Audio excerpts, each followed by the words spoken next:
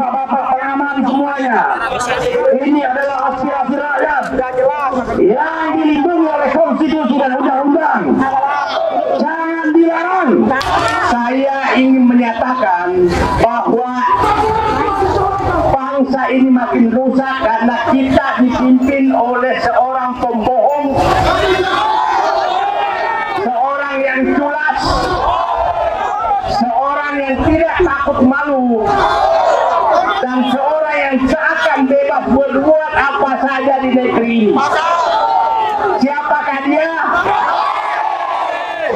Ternyata sudah hafal namanya. Semoga kita menjaga semangat kita. Ini hari pertama, tapi kita akan terus berjuang besar dan besar dan besar dan besar sampai seluruh jalan ini kita tutup.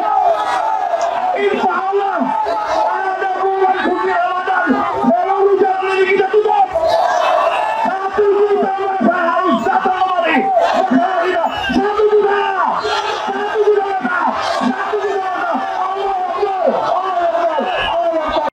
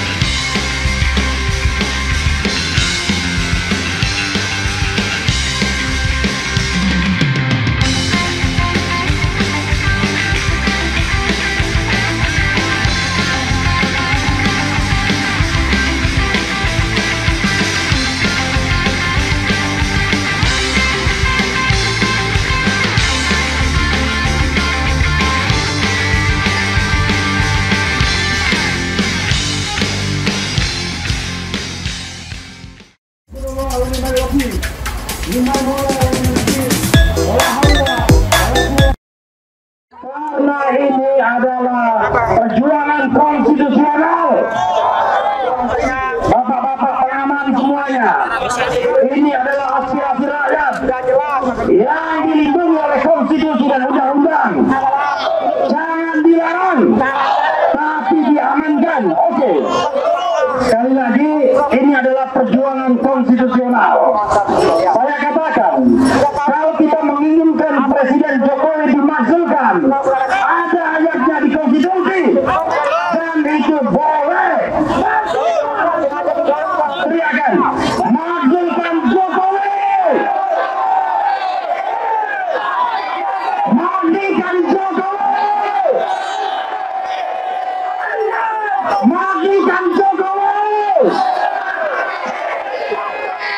Kawan-kawan semua, itu ada ayat konstitusinya.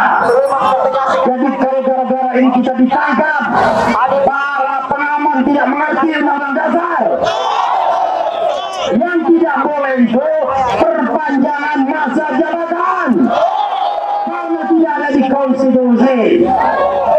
Kalau kita minta Jokowi mundur, boleh atau tidak? Kalau tidak dimasukkan, Jokowi mundur. Jokowi mundur.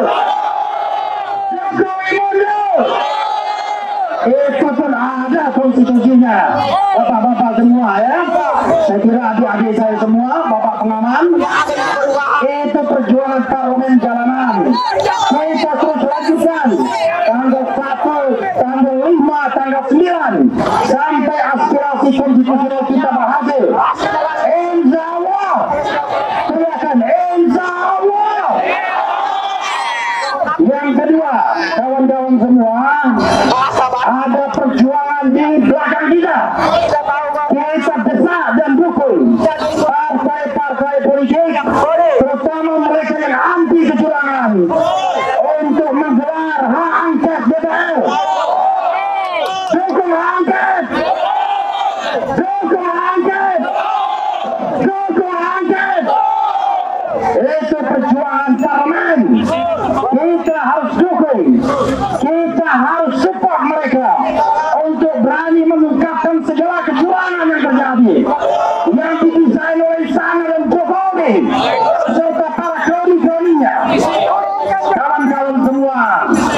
Yang ketiga adalah insya Allah setelah ini saya akan rapat untuk merumuskan mensupport perjuangan kita di Mahkamah Konstitusi. Jadi ada 3 level perjuangan. Percaya atau tidak dengan MK? Percaya atau tidak dengan MK? Sama saya juga tidak percaya. Persoalannya kita tidak punya pilihan lain untuk membatalkan hasil pemilu, untuk mendiskualifikasi orang curang, hanya bisa melalui Mahkamah Konstitusi. Kecuali rakyat Indonesia berkumpul 1 juta di sini, pemerintahan akan jatuh, dan itu adalah hukum tata negara darurat sah secara ilmu pengetahuan dan konstitusi. Tapi kita tetap hargai kehadiran teman-teman di sini. Kita satu aspirasi, dan kita hormati juga yang di sebelah sana yang berbeda aspirasi. Yang paling penting adalah apakah kita bergerak karena hati nurani? Kalian bergerak dengan hati nurani? Apakah bergerak dengan uang, dengan kekuatan? Ciri bergerak dengan hati nurani itu adalah jumlahnya lebih banyak, lebih militan, lebih bisa dipertanggungjawabkan. Sobat-sobat semua, kawan-kawan semua, 3 level perjuangan ini tidak usah kita saling menegasikan. Sama-sama kita dukung. Parlemen jalanan kita dukung. Hak angket kita dukung. Batalkan kecurangan di MK kita dukung. Tapi hak angket akan berhasil kalau kita terus ada di jalanan. 100.000 tidak perlu, 1 juta tidak perlu. MK akan berhasil kalau ada parlemen jalanan. Berikan keberanian pada hakim-hakim MK untuk kembali kepada hati nuraninya. Jangan takut karena intervensi sama.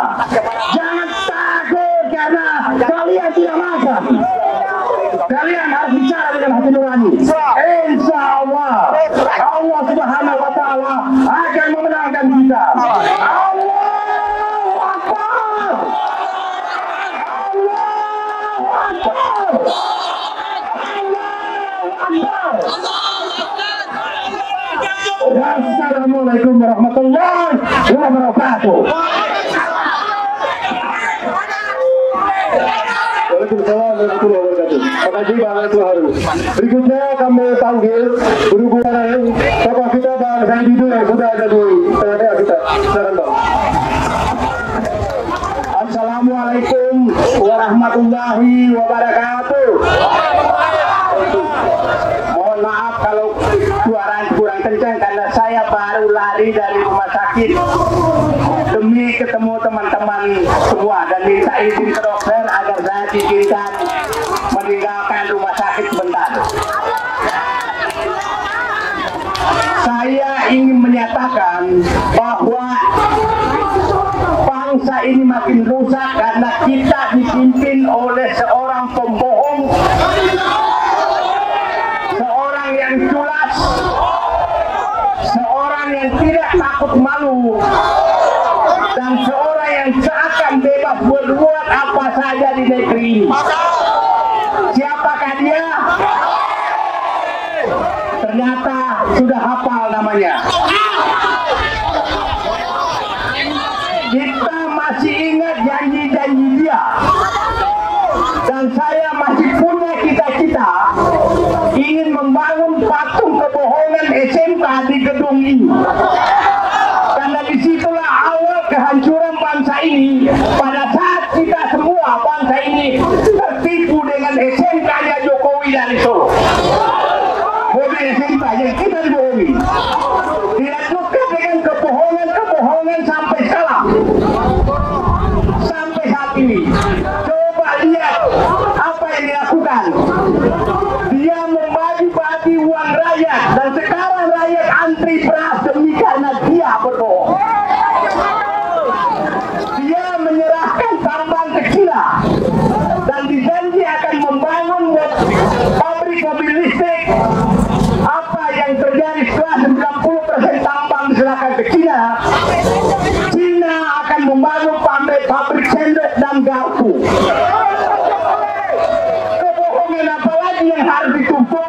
pemimpin seperti ini. Sekarang dia berbuat culas setiap saat, tapi sayangnya rakyat kita sebagian masih tertipu sampai sekarang. Masih tertipu sampai sekarang, seakan-akan orang ini adalah orang yang baik. Nah, dan sayangnya lagi, tidak sedikit pemimpin negara yang percaya sama pembohong, mantan pemimpin negara, bahkan ada mantan presiden yang percaya kepada pemimpin pembohong. Nah, sekarang apa yang kita harus lakukan? Kita harus melakukan perlawanan untuk menyelamatkan bangsa ini. Saya berharap tahun 98 dulu saya sudah anggota MPR di sini, dan saya menerima demonstrasi seperti ini, dan mereka karena gerakan rakyat mereka bisa menyebabkan Pak Harto turun dari Presiden Republik Indonesia 98. Kelihatan masih gagah kan? 98 sudah saya anggota MPR. Nah, saya berharap semua berkumpul ada di sini niatkan itu, bahwa saatnya bangsa ini harus diselamatkan seperti halnya 98. Mari kita bersemangat itu, akhirnya bangsa terselamatkan. Padahal sebenarnya kehancuran bangsa ini lebih parah dari 98. Pak Harto tidak setega itu mengangkat anaknya tanpa lewat jalan haram. Jalan haram itu merubah konstitusi untuk menjadikan anaknya wakil presiden. Pak Harto hanya menjadikan Tutup menjadi menteri, dan itu rakyat semua marah. Sekarang pemimpin culas pembohong ini mengangkat anak mantunya menjadi pejabat semua lewat jalan haram. Artinya, apakah kemarahan rakyat 98 harus lebih tinggi daripada rakyat sekarang? Harus lebih tinggi sekarang untuk menyelamatkan bangsanya. Oke? Jadi, saya berharap insya Allah jangan patah semangat. Saya hanya tiap hari sedih melihat rakyat pun bohongi. Setelah dibohongi menerima bansos politik, mereka sekarang antri beras, dan pejabatnya berpesta pora di IKN dengan foto macam-macam. Ini pemimpin macam apa seperti ini? Jadi kepada adik-adikku mahasiswa, dulu saya menerima teman-teman kalian tuh Fahri Hamzah, Fadlizon, Fahri Hamzah, kemudian banyak tokoh-tokoh reformasi 98 saya terima, dan saya menerima aspirasi mereka di gedung ini. Saya harapkan lewat angket DPR kita tunjukkan bahwa generasi 98 bisa mengakhiri pemerintahan yang sebenarnya mungkin lebih baik dari pemerintahan sekarang. Mari kita tunjukkan bahwa kita bisa mengakhiri penderitaan rakyat dari kebohongan dan kejulatan. Terima kasih. Wabillahi taufiq wal hidayah. Wassalamualaikum warahmatullahi wabarakatuh. Assalamualaikum warahmatullahi wabarakatuh. Terima kasih Bang Said Didu. Dia bersehat masih mau bersama kita. Berikutnya saya mohon kepada tokoh senior kita, tokoh nasional Bang Dr. Sahganda Nenggolan untuk menyampaikan narasinya. Silakan Bang.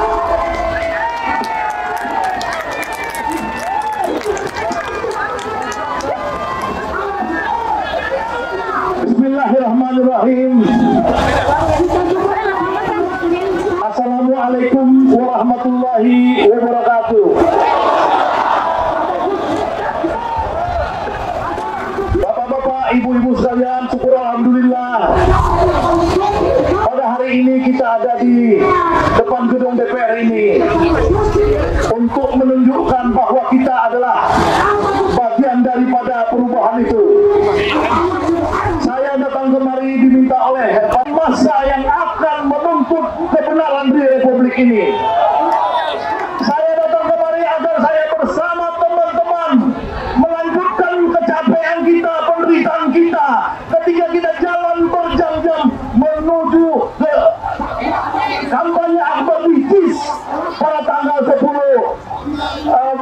yang lalu, 10 Februari lalu. Kenapa kita melakukan itu semuanya? Kenapa kita datang kemari? Kenapa kita datang ke DPR ini, saudara-saudara? Kenapa kita datang kemari, ibu-ibu sekalian? Yang mungkin ada dari Tasik, di sebelah saya dari Tasik, datang 11 bus kemarin, kemari. Ada orang yang datang dari Tangerang, ada yang datang dari luar Jawa, ada yang datang dari mana-mana. Kita datang kemari kenapa? Karena kita datang karena kecintaan kita kepada keadilan dan demokrasi yang harus ditegakkan secara sungguh-sungguh di Republik ini. Bapak, ibu-ibu sekalian, saya melihat wajah-wajah kalian semua. Kita bukanlah orang-orang bayaran. Kita bukanlah orang-orang yang dimobilisasi. Kita bukan orang-orang yang tidak punya kerja. Kita adalah orang-orang yang mengorbankan diri kita, keluarga kita, harta kita di jalan Allah. Agar apa? Agar bangsa Indonesia ini bisa menjadi maju, menjadi bangsa besar. Agar bangsa Indonesia ini bisa maju, memimpin seluruh bangsa-bangsa. Tapi kenapa kita datang kemari? Karena kita kecewa, ternyata kita dikhianati. Dikhianati dalam suatu demokrasi yang palsu. Sebuah demokrasi yang direkayasa. Sebuah demokrasi yang dikendalikan oleh politisasi bansos. Yang dikendalikan oleh kecurangan demi kecurangan. Dan ini terjadi tahun 2019 dan terjadi lagi di tahun 2024, saudara-saudara. Mungkin saudara-saudara sudah kenal dengan saya tahun 2019. Ketika kita mengorganisasikan perlawanan di gedung Bawaslu, di depan gedung Bawaslu, yang kemudian memakan korban banyak jiwa. Kenapa kita mengulanginya lagi, saudara-saudara sekarang? Karena kita tahu kita tidak ingin demokrasi dihancurkan. Karena dengan keadilan, dengan pemilu yang jujur dan adil, wah, kita akan dapat mencari pemimpin yang benar. Sebagaimana kata Refli Harun tadi, tidak mungkin sebuah bangsa sebesar ini menghasilkan seorang pemimpin dari pemilu curang. Bangsa sebesar ini harus mendapatkan pemimpin dari pemilu yang bersih.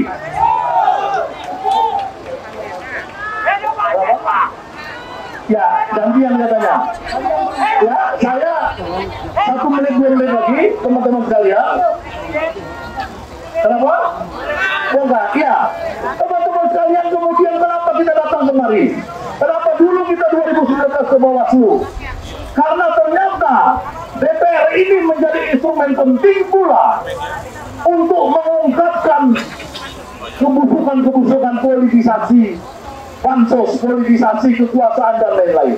Dengan hak angket ini nantinya, teman-teman kita di DPR, wakil-wakil kita di DPR yang menjaga amanah suara kita kepada mereka bisa memeriksa yang berdasarkan beberapa hak angket terdahulu seperti Senturi Gate, seperti Bulog Gate dan lain-lain. Ternyata yang disembunyikan, yang hanya kita rasakan sebagai kecurangan akan bisa dibuktikan oleh teman-teman di DPR RI. Oleh karenanya yang disebut parlemen jalanan oleh Refli Harun tadi adalah bagaimana kita bersekutu mendorong teman-teman di DPR RI untuk melakukan pemeriksaan terhadap kecurangan pemilu. Kita harus mengutuk kecurangan pemilu. Kita harus mengutuk kecurangan pemilu. Kita harus mengutuk kecurangan pemilu. Supaya anak cucu kita suatu hari nanti akan menjadikan bangsa Indonesia ini menjadi bangsa yang demokrasi, berkeadilan sosial, dan mensejahterakan orang-orang miskin. Karena kalau tidak, orang-orang miskin gampang dibayar untuk demonstrasi menentang kita. Orang-orang miskin gampang diserahkan. Orang-orang miskin dapat gampang dinidakbobokkan. Kita adalah bagian dari middle class yang harus melawan, yang harus menyadarkan rakyat, menyadarkan bangsa Indonesia. Demikianlah saudara-saudara sekalian, karena banyak lagi tokoh-tokoh yang antri untuk berpidato di sini. Semoga kita menjaga semangat kita. Inilah hari pertama, tapi kita akan terus berjuang besar dan besar dan besar dan besar sampai seluruh jalan ini kita tutup. Insya Allah pada bulan suci Ramadan seluruh jalan ini kita tutup. 1 juta